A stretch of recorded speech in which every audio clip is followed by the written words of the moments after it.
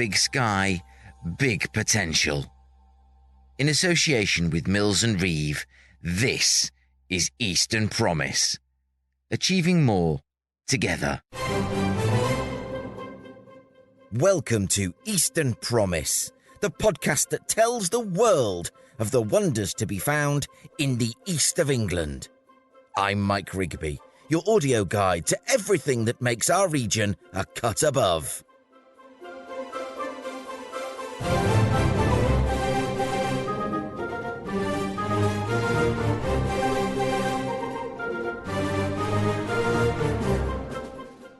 This week, with the school holidays well and truly upon us, what better moment to look at one of our region's leading family attractions? The ROARR! Dinosaur Park at Lenwade near Norwich is an award-winning family theme park run by Adam Goymour. I'll be talking to Adam about how the park keeps itself fresh and exciting, and we'll be taking a turn down the Valley of the Dinosaurs. So, from a podcasting dinosaur to a whole theme park full, let's dig deep and unearth some prehistoric excitement on this week's Eastern Promise.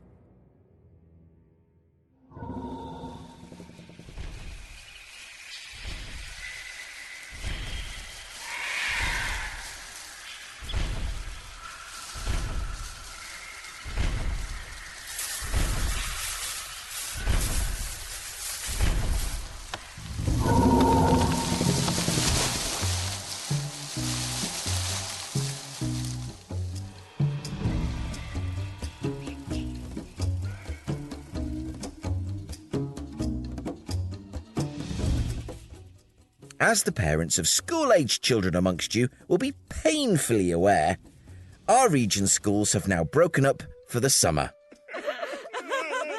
I believe me, I feel your pain.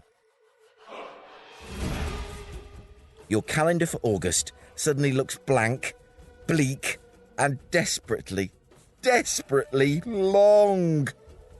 But saints be praised, for help is at hand. The east of England is replete with top-notch visitor attractions. And the ROARR Dinosaur Park at Lenwade, just outside Norwich, is one of our biggest. I was invited by head dinosaur hunter Adam Goymour to find out more about the ethos of the park and see how they're keeping things both ancient and modern. I jumped at the chance, and so, watching out for velociraptors, I headed out to ROARR to find out more. Adam, welcome to the Eastern Promise podcast. It's so fantastic to be here. Thank you, Mike. I really appreciate you having me on. It's our pleasure, and I love the fact that when I arrived, your staff called you and your call sign on the radio was Dino 1. And as if by magic... We were talking before we got started about tourist attractions and sort of it seems like quite a close-knit family of tourist attractions in the east of England. Yes, absolutely. A lot of them are family-run businesses, so SMEs, and I think just because such a sort of complex environment and economy at the moment, I think it's really important that we together collaborate to help each other and to help bring more visitors to Norfolk as a whole, which is going to benefit us all. So yeah, I think we are a close-knit network, not only by geography, but also just due to the nature that we're all in the same game and we all want to help each other out. I mean, it's funny when you say that it sounds obvious, but also slightly counterintuitive, because competition seems to be sort of slightly going out of fashion, really, and that collaboration and partnership is really the order of the day. Is that what you're finding? Absolutely, yes, and it's just hosted recently a business-to-business event with the EDP Norfolk Business Festival. And what I spoke about quite heavily in the presentation that I provided was about community partnerships and collaboration, because since COVID, I think more businesses are working together to help each other through a tough economic climate. And I think that's essential to people's growth plans. Absolutely. I mean, I was looking at some of the figures, for which I thank Norfolk County Council for pasting them on their website. The tourism in Norfolk supports more than 54,000 jobs. Now, this may have grown significantly, or because I think this was a post-COVID figure, about £2.8 billion into the local economy. There's no doubting that tourism is a huge, huge draw to Norfolk. And I was reading a piece, I think that your father Martin, it was an interview with the EDP saying, and this was when the A11 duelling was looking set to change things. And one of the things I thought I'd ask you was, obviously we're talking about A47 duelling, which is going to make a huge difference again. But what do you see as kind of the next really big shift in sort of infrastructure, in the way people sort of travel to the park, that's really going to make a huge difference for you, or what could make a huge difference for you? Infrastructure, I think, if we concentrate on how people are getting to us, I think because we're such a rural destination, it's still going to predominantly be by car. But I think it's just making sure that we can provide, those sustainability avenues to help people get here. And in terms of infrastructure alongside that, running our businesses, with net zero for 2050, there is huge discussions. And I was only at the Norfolk and Suffolk Tourist Attractions Association members meeting yesterday in Southwold, where, our infrastructure and sustainability is a huge part of what we do, because with the war in Ukraine, energy prices for everyone skyrocketed.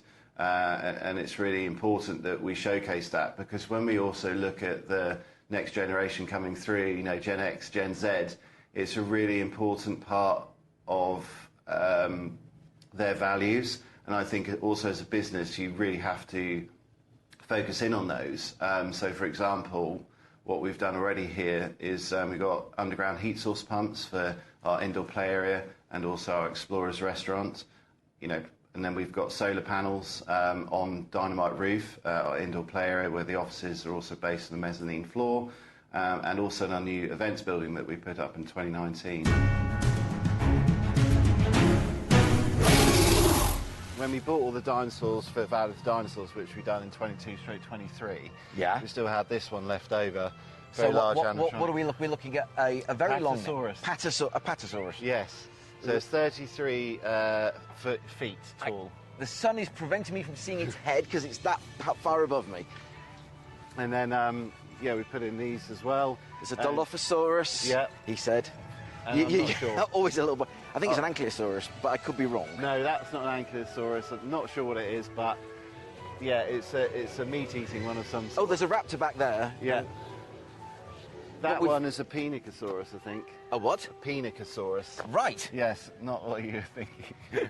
No, I had to check. Well, we've got this fantastic this arch over this pathway, Valley of the Dinosaurs. Wow. I think you've done this since I did it. I remember playing the Jurassic putt, and with my daughter, and it was like very interesting. I spent a lot of time running after the ball, and that was just me. But here we go. We are on this fantastic paved trail. Take your tidying as we go, because there's just the very, very rare pebble on the path. But here we go, and we've got this statue in front of us. Yes. So this statue in front of us is called Cornelius Weston Smythe. So this all links in with basically Dippy and the story of the park, essentially. Or, not a real story, but a story on the park. Oh, no, I didn't want to ask, because I was like, you've made it up, haven't you? Could you possibly tell who this might look like? Your dad, maybe? Yes, indeed. So, Cornelius Weston Smythe. So he was an adventurer from 1862 to 1907. Lost in the jungle while looking for proof of the existence of dinosaurs. Well, there you go. There's a TV screen basically behind as well. So yeah, he was very much an explorer, an adventurer, an inventor. And on the screen you get to see a little bit about Cornelius Weston Smythe. And this sort of steampunk style apparatus. Yes. And essentially... it all links back to a story with Dippy and friends, and how dinosaurs came to existence on this park, in a random place in Norfolk, which Ben, my park manager, wrote, because we've got a Dippy and the Mysterious Egg book out as well, which was selling online. Oh, right. Yeah. So there's no children around, so I don't break the imagination for them. But who's playing Cornelius on the... Martin, so my father. Yeah, I thought it was, Yeah. but I just never wanted to Yeah, check. he loves, he's a massive creative, and he also loves, a bit of amateur dramatics in terms of getting involved with Primeval, which is our biggest event at the park, our Halloween scare experience. Do you sometimes have to stop him? Or is it like, I can't, just No, let him you just go? let him be, let him be. Tell us, Adam, about the Goymour family history and how you came to have such a fabulous collection of places. Absolutely, great question, and I love to talk about it because the Goymour group has been running for 115 years. I'm the fourth generation.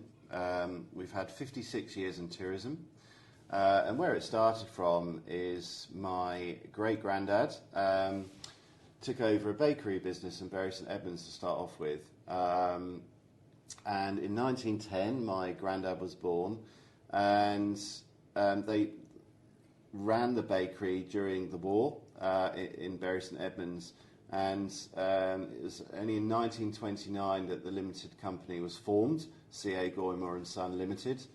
And then, as the bakery business and became harder to run, and by that time, my granddad had took it on for my great-granddad and set up bakery businesses in various different towns in Suffolk and Norfolk. Once the bakery business sort of slowed down, in 1952, my granddad then purchased Grove Farm, Banham, which is where obviously Banham Zoo is situated. And my father was born in 1950, and when my granddad moved to Banham, he got stuck into property, and he had a fair bit of property already through the different bakery businesses, which he then let out, to bakers that wanted to give it a go. And he got really stuck into property, started to develop and put up prefabs, especially with the Americans at Milden Hall and Lakenheath. He did a lot that way. Really? Did a lot that way. But then they also wanted fridges and freezers, and that time they used to rent them. So Applewood Hall, which is now our wedding venue, sitting behind Banham Zoo, in between our farmland and the zoo, that used to be Rent-A-Fridge, which is where my dad started work, and that really took off. And was huge because the Americans, when they were renting properties over here, next to the RAF bases, were wanting those. It's funny because I remember reading that a lot of what an American family would expect, and we're talking sort of back in sort of the 40s and 50s, was quite unusual in the UK, but GIs in Germany found it was, for example, it was quite common in the UK, probably in Norfolk as well, especially, and I know because we used to have them when I bought my house, to have an outside toilet, whereas an indoor toilet was very common in the States and in Germany, and they came to the UK and thought, what are they doing? So, no, it's I don't know how I got from fridges to toilets, but that's the beauty of the podcast. So yeah, no, it's fascinating. So you sort of made a living renting out sort of appliances to the service community. Yes, and how that then developed from there is when my granddad purchased Grove Farm in 1952. It was 296 acres plus a herd of pedigree Frisian cattle and a Canadian Holstein herd, and we had an orchard. So where the zoo car park is, that used to be a very big apple orchard, and we used to get visitors come to the local shop, and then it was about how do we retain those customers there and keep coming back. So there started to be some animals introduced, and that just developed over time. And that's a very modest way of putting it. Yeah. Developed over time. Yeah, and there's a menagerie of animals at that point, and my father took a real interest in the animals, and he was running Rent-A-Fridge, etc. as well. But yeah, I think then the focus came on to there was such a huge collection of animals that when the Zoo Licensing Act came in, it turned into a zoo, which is Banham Zoo, and that was my dad's passion. And it was in the 90s that we then, early 1990s, that Applewood Countryside Park, so a caravan touring park, was set up at the back of Banham Zoo on our farmland, which is still going very strong today. And it was only earlier this year that Applewood Countryside Park won the Best Camping, Glamping and Holiday Park of the year for the Visit East of England, which was a fantastic accolade for all the hard work that's going on there with the team. In 1991, my father purchased Suffolk Wildlife Park in Kessingland, Suffolk, which was then transformed into Africa Alive in the early 2000s. But it was also at that time in the 1990s when Martin was offered to buy ROARR, which was formerly known as the Dinosaur Park, with the golf club adjoining it. But because my father had obviously just acquired Africa Alive, he is very much focused in on running the zoos because that was his passion. But it was an opportunity that obviously he didn't let go when it came back around again. Can you? No, when something like that happens, you can't say, But I think that's, well, some people might, but I think it's the shrewd business person that goes, actually, let's do it. Yes, and that was in 2006. I mean, my father had also looked at Pleasurewood Hills back in its heyday, and also, with our financial director, Kevin, who's worked with my dad for decades, they also looked at a park up in Derbyshire as well, just to try and broaden our horizons, because we're then really getting into tourism as our main source of income and what evolution turned into. So going from being bakers, to heavily in property, to then into tourism is how it's gone through the three generations. And I grew up inside Banham Zoo for the first 9 years of my life, which was a fantastic upbringing. I knew it wasn't normal, but it was still really, really enjoyable. So we had baby, marmosets and tamarins in our bungalow. My room up until I was 9 years old was very much like a box room, but that didn't matter, because we had such a diverse sort of upbringing, with animals all around you which needed hand rearing. It was only if they needed hand rearing. That must have been amazing. It was, yeah. So after school, it's really weird, because when I speak to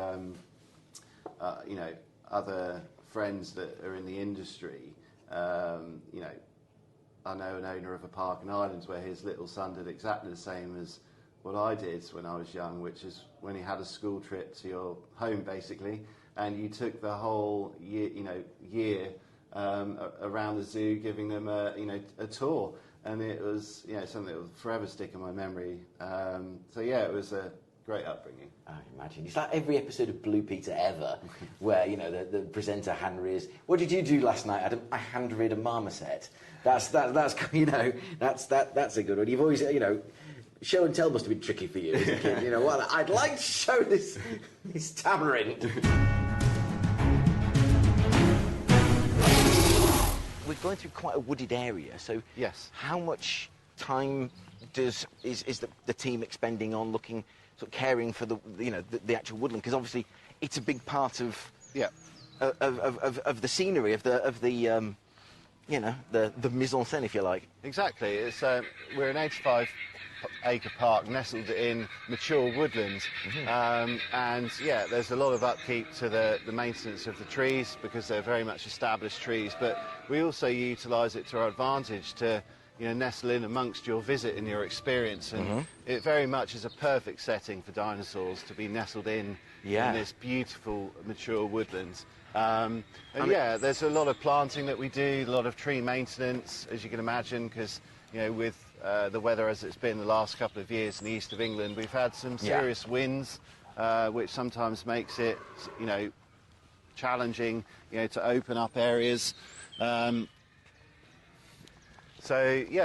it's very, very beautiful, and it also provides, in the heat of the summer, a nice tranquil walk for the granny and granddads, with a bit of shade. Yeah, I mean, it really is lovely, and I have to say, you don't want for dinosaurs. Everywhere you look, there is a dinosaur. There is, and we just walked through a pack of several very fierce-looking things, blue, really colourful. Roscarus, those are. As is, you've got wildflowers, wildflower seeded Be Mindful, which I think is absolutely fantastic. I remember that one. Yeah. So nostalgia is a huge part of the park as well, because we're very much a generation business, not only with our ownership, but also with our customers. So as you've already said, well, I remember that one. Well, then you get that picture with your children, and it provides those nostalgic photos, and that's also a key part of why people come back. And yes, some of them look really old, but we maintain them, we repaint them, and we put them in alongside our new dinosaurs. So, although you might think that's counterintuitive because, some of them don't look that great, it's a big nostalgic piece as to why we do it. Yeah, actually, because like we've just sort of said, I remember that one, and one of my the loveliest family photos we have was taken here, there's this one which is obviously a newer one. You can sort of tell by the paint scheme. Yeah. But oh god, that's some serious sharp teeth on that one. And there's another one over there. They do look vicious. Yeah, so you've got that memory that's driving. Let's go here. I've got fond memories, yeah. And you'll enjoy it too. Generational thing. And talking of generational things, what is it like to come in knowing you're the fourth generation, and that's on your shoulders? This is your decisions are affecting something that's been in the family for all that time. Yeah, it's a great question, really. I think, there certainly feels some pressure there, but I think you have to kind of forget that and focus on what is it that you're good at, what is your vision for the future, and believe in that. I think whoever you are, whether you are the fourth generation of family business or you're that first person in your family to create your own business, you're always going to feel pressure perhaps, but I think you have to look at it in a different way and look at, what is it that I'm excited to create and do and believe in, and back yourself, and really follow through on that and deliver as best you can. I am going to make mistakes. I have made mistakes.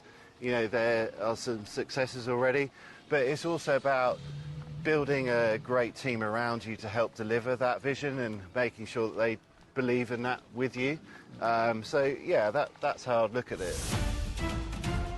I remember reading a piece that was dated 2014, so it's a decade ago, where the piece in the Eastern Daily Press talked about a big push in Cambridgeshire. Now, how does that kind of approach evolve? I mean, does it evolve to we're going to focus on London and Liverpool streets and the stations where there's a direct line into Norfolk and Norwich or King's Lynn? How do you sort of decide upon those targets, or do they stay pretty much static with occasional sort of bursts of activity here and there? Yeah, I think when we look at the marketing side, we attract people for a day visit, probably an hour and a half away. But when we look at holiday makers, that's what we've got to do with DMOs, which is to really assess and look at how can we penetrate and target the right holiday makers. So DMOs?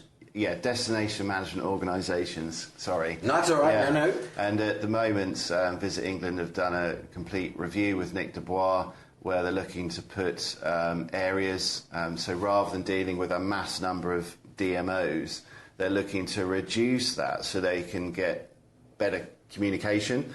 But what has had to be done, and what Norfolk's in the process of at the moment, is to put together a destination marketing plan and to become an LVEP, so Local Visitor Economy Partnership. Now, it probably needs to be renamed. It's quite a mouthful. But the strategy behind that is to ensure that Visit England can work with less, volumes of visitor economy areas, but also money then gets drawn down from central government to support it. Because I still think tourism is a very undervalued market.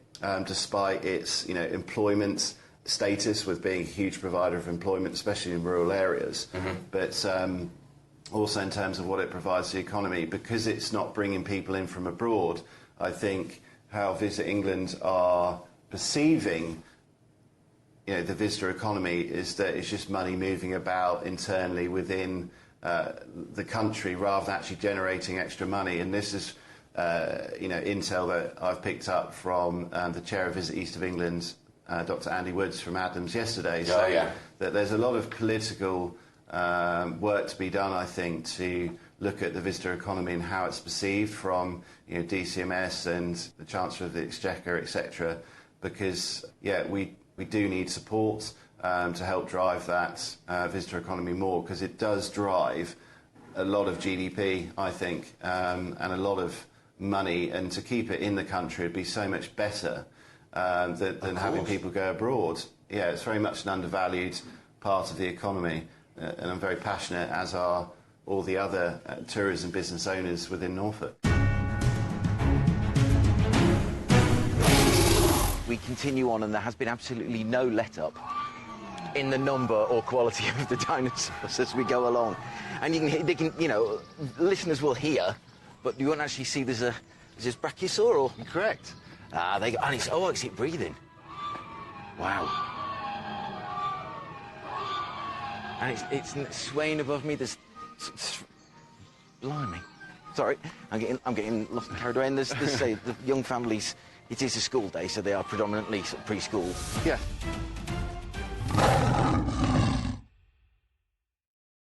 What are the key advantages to sort of being based in Norfolk and the wider east of England, perhaps?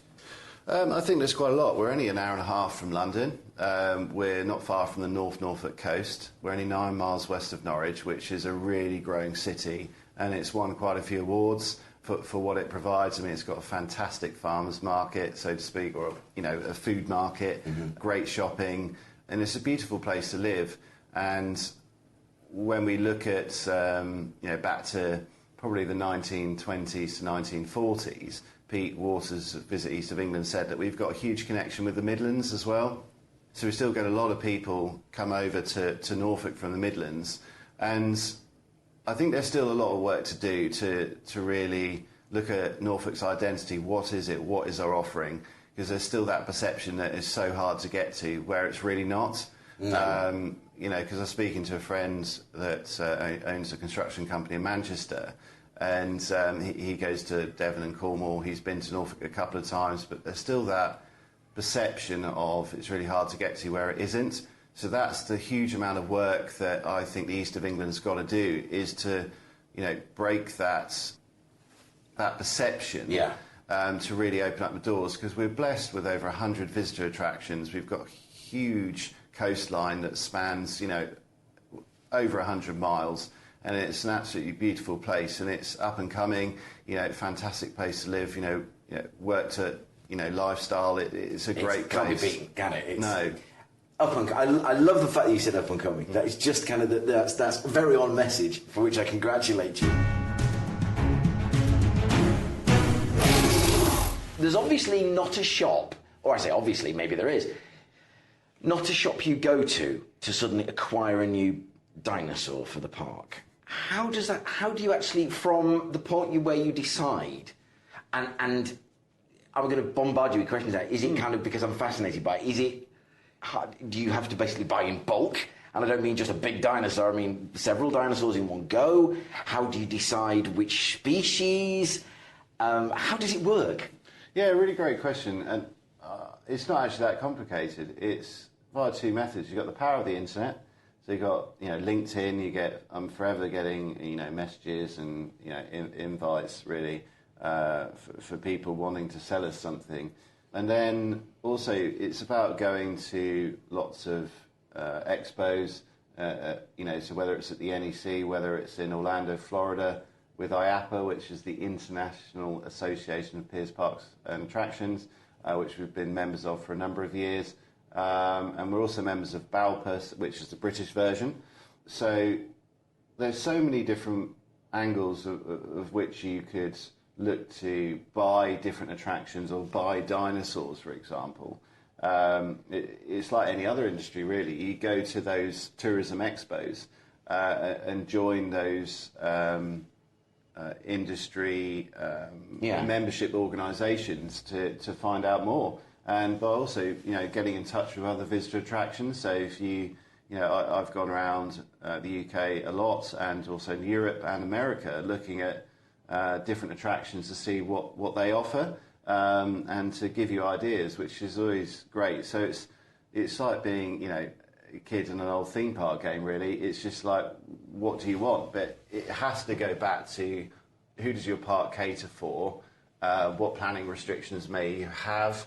And what space have you got? And also then going back to, have you got the team and set up in order to operate and run those attractions in your park? Yeah. When we look at what we've put in, the first thing we put in here at ROARR was Norfolk's biggest indoor play area, Dynamite, which it still is today.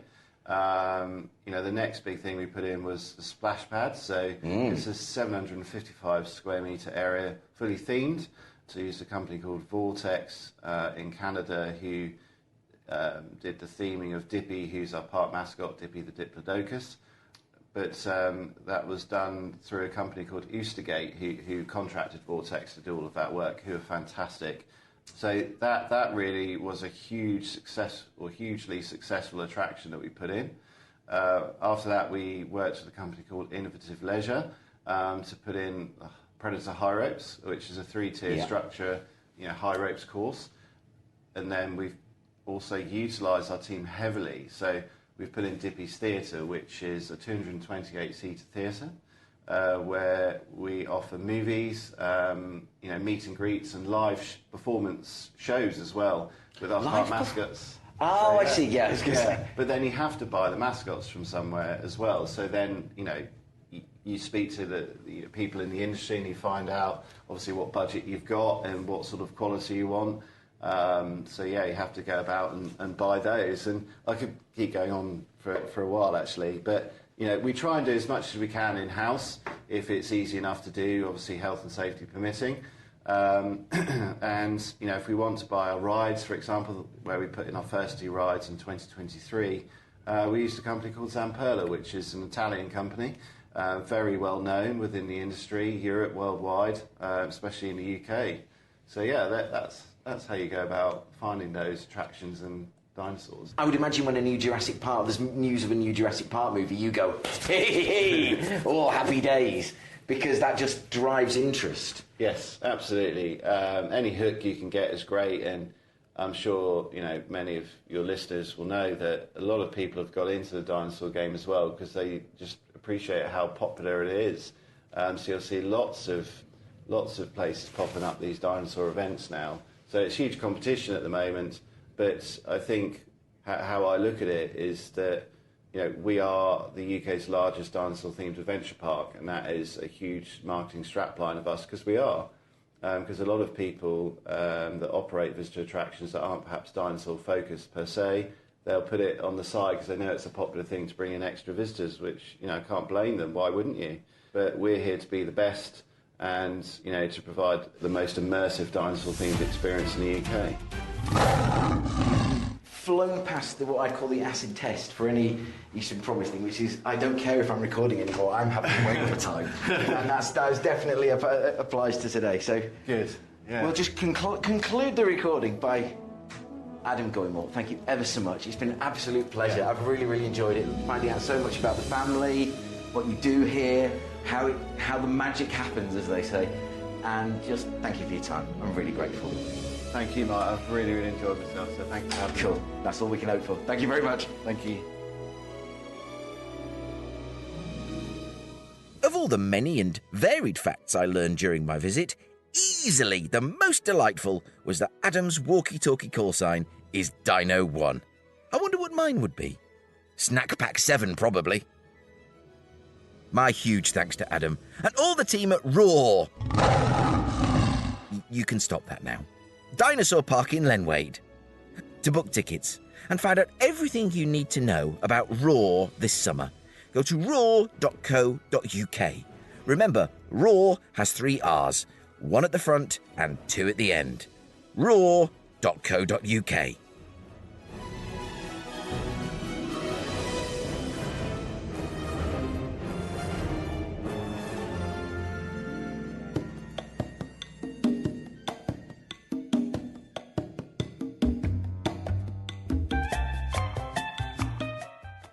That's it for episode 105 of the Eastern Promise podcast. And that's it for the month of August. I'll be back in September when, believe me, I have got some amazing stuff to share with you. Until then, have a wonderful summer break, and you'll be hearing from me in September. Bye for now.